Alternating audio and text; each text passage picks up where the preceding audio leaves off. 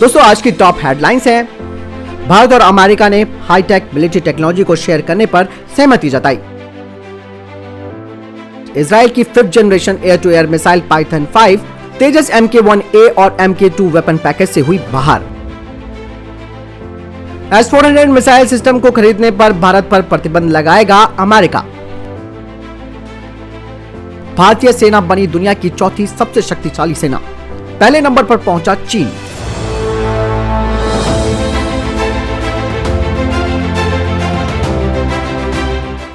नमस्ते, सदा वत्सले मातृभूमि, जय हिंद। दोस्तों दिन भर क्या रहा स्पेस, डिफेंस और इंटरनेशनल गलियारे से, चलिए इस वीडियो में एक एक करके जान लेते हैं।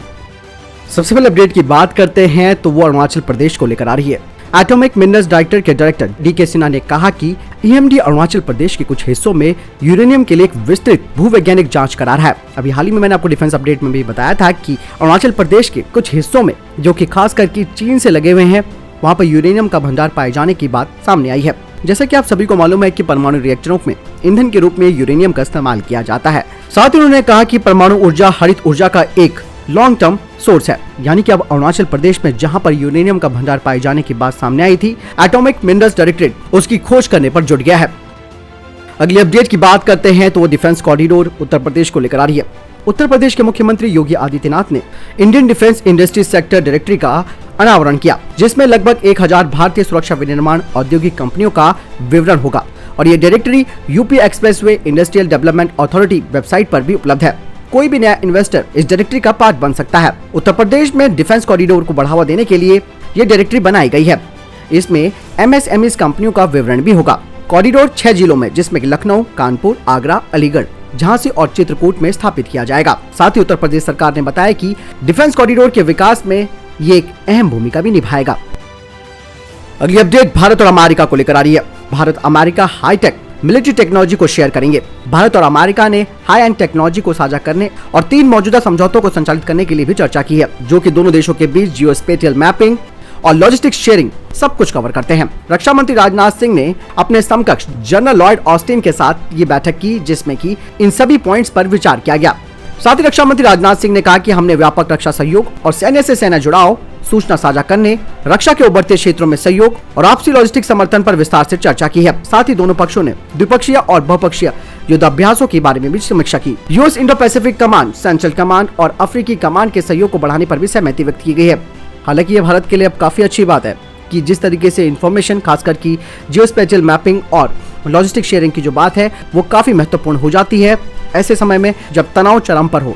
ऐसे में अगर हमें हाईटेक मिलिट्री टेक्नोलॉजी अमेरिका से प्राप्त हो रही है तो ये भारत को एक अगले स्तर पर ले जाएगा। अपना प्रशिक्षण पूरा होने के बाद जम्मू कश्मीर के 409 युवा भारतीय सेना की लाइट इन्फेंट्री रेजिमेंट में शामिल हुए। युवा सैनिकों को 1 साल के लंबे प्रशिक्षण से गुजरना पड़ा। उन्होंने जम्मू और Kashmir light infantry regimental centre के बानासिंह परेड ग्राउंड में परेड में हिस्सा लिया।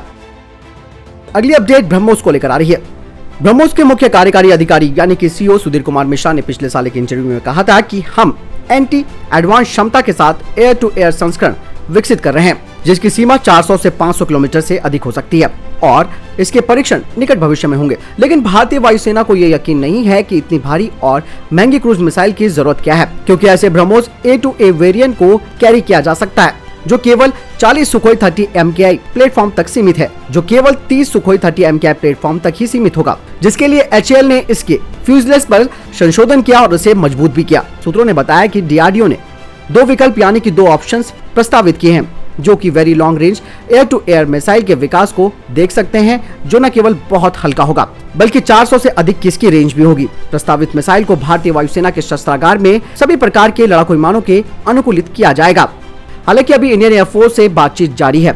इंडियन एयरफोर्स इन दोनों में से कौन सा प्रस्ताव स्वीकार कर सकती है, इस बारे में कोई जानकारी सामने नहीं आई है। वहीं आधिकारिक तौर पर यह भी कहा जा रहा है कि अस्त्रा MK2 स्थित beyond visual range air to air missile, जो कि डुअल पल्स मोटर पर आधारित होगी, जिसकी रेंज 160 किलोमीटर से अधिक की होगी, और अस्त्रा MK3 SFDR प्रपल्सन पर आधारित है, जो कि रूस द्वारा संयुक्त रूप से विकसित की गई है और इसकी अधिकतम सीमा 340 किलोमीटर होगी। भारत एक छोटी से मध्यम श्रेणी के अस्त्रा IR संस्करण पर भी काम कर रहा है, यानी कि short to medium range Astra IR version पर काम कर रहा है, जिसकी रेंज काफी कम है, लेकिन इसमें इमेजिंग इंफ्रारेड सीकर होगा।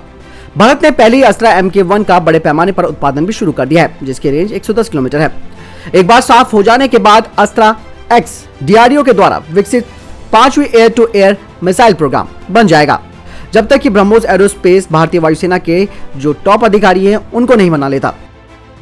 इजराइल के राफेल एडवांस डिफेंस सिस्टम के द्वारा निर्मित 5वीं पीढ़ी की हवा से हवा में मार करने वाली मिसाइल अब तेजस MK1A या फिर तेजस MK2 फाइटर जेट का हिस्सा नहीं होंगी, क्योंकि आपको बता दें कि पाइथन 5 जिसे कि इजरायली राफेल ने बनाया है, इस मिसाइल ने अपना प्रदर्शन सही तरीके से नहीं किया और ये विफल रही। खासकर कि इन फ्लाइट वाइब्रेशन का मुद्दा जो ये इशू है उसे रिजॉल्व करने में इजरायली राफेल असफल रहा है। आपको बता दें कि इजराइल के राफेल के अधिकारियों ने इस बारे में कोई टिप्पणी भी नहीं की। हालांकि अब ये कहा जा रहा है कि इन मुद्दों को सुधारने के लिए उन्होंने डिजाइन में बदलाव क्यों नहीं किया, लेकिन इंडियन एयरफोर्स के सूत्रों ने बताया कि close combat missile Russian R-73 जो कि with in visual range missile है, इसे तेजस MK1A और MK2 फाइटर फ्लीट में नहीं जोड़ा जाएगा।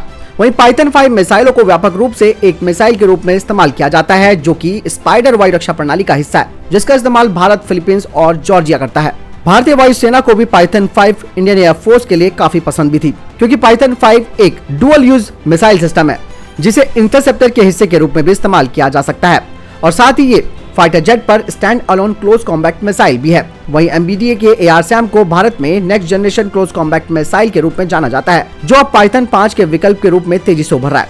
वहीं DRDO dual wavelength imaging Sikar based अस्त्रा short medium range with in visual range missile को भी बना रहा है तेजस MK1A और MK2 फाइटर फ्लीट के लिए, जो कि पूरी तरह से रशियन R-73 को रिप्लेस कर देगी NGCM और अस्त्रा based with in visual range missile से। यानी कि पाइथन 5 को, जो कि 5वीं पीढ़ी की हवा से हवा में मार करने वाली मिसाइल है इजराइल के द्वारा निर्मित, इसको भी आप इंडियन एयरफोर्स ने पूरी तरीके से बाहर कर दिया है, क्योंकि अभी तक इजराइल ने इसकी जो समस्या थी उसे रिजॉल्व नहीं किया।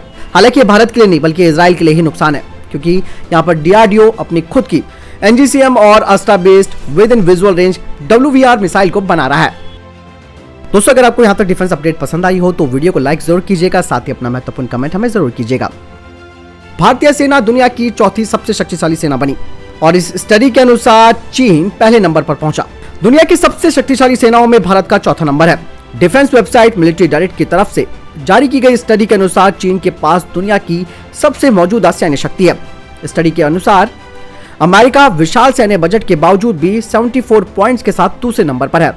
उसके बाद रूस 69 पॉइंट्स के साथ तीसरे नंबर पर, भारत 61 पॉइंट्स के साथ चौथे नंबर पर और फिर 58 पॉइंट्स के साथ फ्रांस 5वें नंबर पर। वहीं ब्रिटेन ने भी टॉप 10 में जगह बनाई है, वो 43 पॉइंट्स के साथ नंबर 9 पर पहुंच गया है। इस स्टडी में कहा गया है कि अल्टीमेट मिलिट्री स्ट्रेंथ इंडेक्स को बजट, सैनिकों की संख्या और परमाणु संसाधनों, औसतन वेतन और इक्विपमेंट सहित अलग अलग फैक्टर्स को ध्यान में रखकर कैलकुलेट किया जाता है। चीन के पास दुनिया की सबसे ताकतवर सेना है और इसने इंडेक्स में 100 में से 82 पॉइंट्स हासिल किए हैं। आपको बता दें कि बजट, एयर और नौसेना की क्षमता के आधार पर चीनी सेना को शक्तिशाली बताया गया है। वहीं इस स्टडी ने एक काल्पनिक संघर्ष के बारे में भी जिक्र किया है, जिसमें कहा गया है कि चीन समुद्र में, अमेरिका हवा में और रूस जमीन में जीत सकता है। अमेरिका के पास 14,141 हवाई जहाज है, उसके बाद रूस के पास 4,682 और चीन के पास 3,587 जहाज है और भारत के पास 2100 से ज्यादा फाइटर जेट्स है। हालांकि इस रिपोर्ट में पहले नंबर पर चीन को जरूर दिखाया गया है, लेकिन हकीकत और वास्तविकता पूरी दुनिया जानती है, आप जानते हैं, हम जानते हैं, क्योंकि चीन जिन हथियारों पर उछलता है, जिन सैनिकों पर उछलता है, वो वास्तव में कहीं पर भी प्रैक्टिकल नहीं है। ना ही इनके सैनिकों के पास कोई अच्छा युद्धाभ्यास का एक्सपीरियंस है और जो भी इन्होंने हथियार बनाए हैं वो सारे के सारे कॉपी करके बनाए हैं। तो ऐसे में इनकी रिलायबिलिटी कितनी ज्यादा हो सकती है ये सब जानते हैं। बहरहाल इस रिपोर्ट से थोड़ा सा चीन खुश जरूर हो सकता है, लेकिन हकीकत उसको अपने अंदर भी पता है कि अगर कहीं पर युद्ध की स्थिति आती है तो वो ये जो पहला नंबर है जो इसका बना हुआ है इस स्टडी के अनुसार, वो सबसे लास्ट में आ जाएगा। आपने LAC पर तो देख ही लिया होगा किस तरीके से बैकफुट पर चीन आया और शुरू में उसने डोमिनेट करने की कोशिश करी और बाद में वापस चला गया। अगली अपडेट S-400 मिसाइल सिस्टम को लेकर आ रही है। कहीं ना कहीं अमेरिका अभी भी भारत से इस बात से सहमत नहीं है कि भारत S-400 मिसाइल सिस्टम खरीदे और यहाँ पर अब बात सामने आई है कि S-400 मिसाइल सिस्टम खरीदने पर भारत पर प्रतिबंध तो लगाया ही जाएगा। भले ही अमेरिका का निजाम बदल गया हो, लेकिन जो बाइडेन भी भारत रूस डिफेंस डील को लेकर डोनाल्ड ट्रंप की राह पर ही चलेंगे। इस बीच भारत के 3 दिवसीय दौरे पर पहुंचे अमेरिका के नए रक्षा मंत्री लॉयड ऑस्टिन ने अपने बयान में बहुत कुछ साफ कर दिया है। उन्होंने साफ लहजों में कहा कि S-400 मिसाइल सिस्टम को खरीदने संबंधी भारत की योजना को लेकर उसके खिलाफ अमेरिकी प्रतिबंध लगाए जाने की संभावना हो सकती है। हालांकि अमेरिकी प्रतिबंधों की इस संभावना के बारे में डायरेक्टली कुछ साफ नहीं कहा गया है। अमेरिका के रक्षा मंत्री ने कहा कि S-400 मिसाइल सिस्टम की अभी तक भारत को कोई आपूर्ति नहीं हुई है और इसीलिए प्रतिबंधों का मुद्दा हमने इस चर्चा में नहीं चुना। साथ ही उन्होंने कहा कि हमारे साथ कई देश ऐसे भी हैं जिनके साथ हम समय समय पर काम करते हैं और जिनके पास रूसी उपकरण भी है।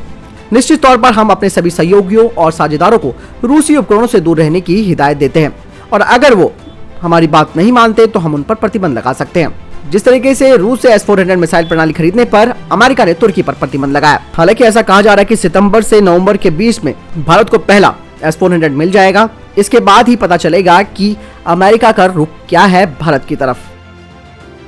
तो दोस्तों ये थे अभी तक के टॉप डिफेंस और स्पेस अपडेट्स। वीडियो के संबंध में कोई प्रश्न जवाब या आपको कोई सवाल है आप कमेंट सेक्शन में लिखकर जरूर पूछ सकते हैं। बहरहाल इस वीडियो के लिए इतना ही, मिलता हूं नए वीडियो के साथ, तब तक के लिए जय हिंद जय भारत।